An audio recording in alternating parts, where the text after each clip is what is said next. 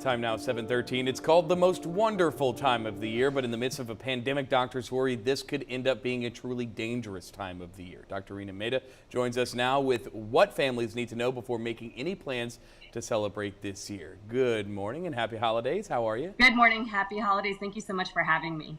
So this is something that a lot of people are grappling with right now, internally. Obviously, I don't think you'd find anyone who doesn't want to be with family, extended family, and the works, really. But at this time, it just really isn't a good decision.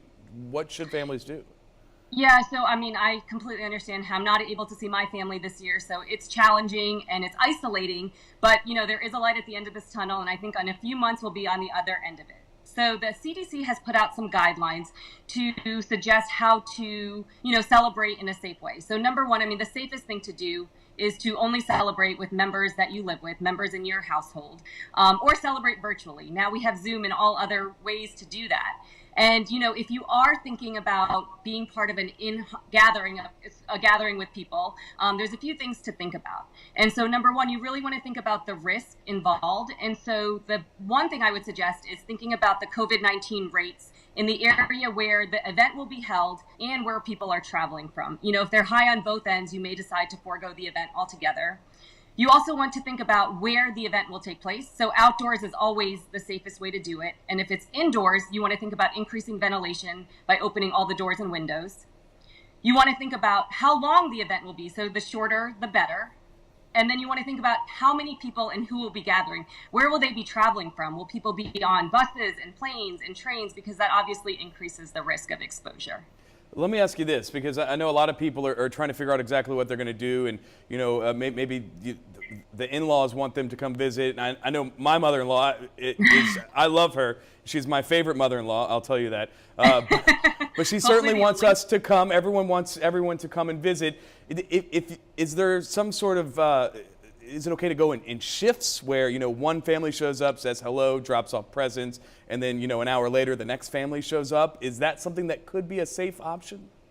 I think, you always have to think about location. So, I think if it's outdoors and everybody is wearing a mask, there are safe ways to do it. I think if this is happening indoors and people are circling in and out, that could still pose a risk. If 100 people are going in and out indoors, that's riskier than having 10 people outdoors with a mask.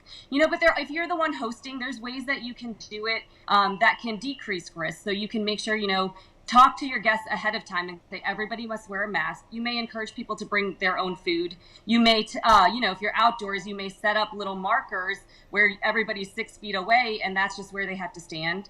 I'd really suggest at a time like this, as hard as it is not to hug your loved ones, trying to keep that distance, washing hands, being sanitary, and, not shouting, not screaming, not yelling in each other's faces. These are things that, there's not one thing that you can do that can make the risk completely go. It's all of these measures that you have to take into place and into consideration.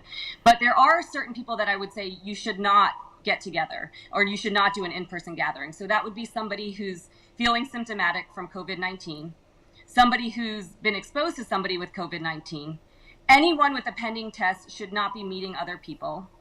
And if you have been diagnosed with COVID-19 and haven't been cleared for your 14 days where it's safe to reintegrate with people, I would suggest not having an in-person gathering. All right, those are all great ideas. I really think, not shouting at people is a good one all times of the year, unless, of course, you're celebrating Festivus. If you're going to air your grievances, do it 6 feet apart. All right, thank you, Dr. Reena Mehta. We appreciate you as always.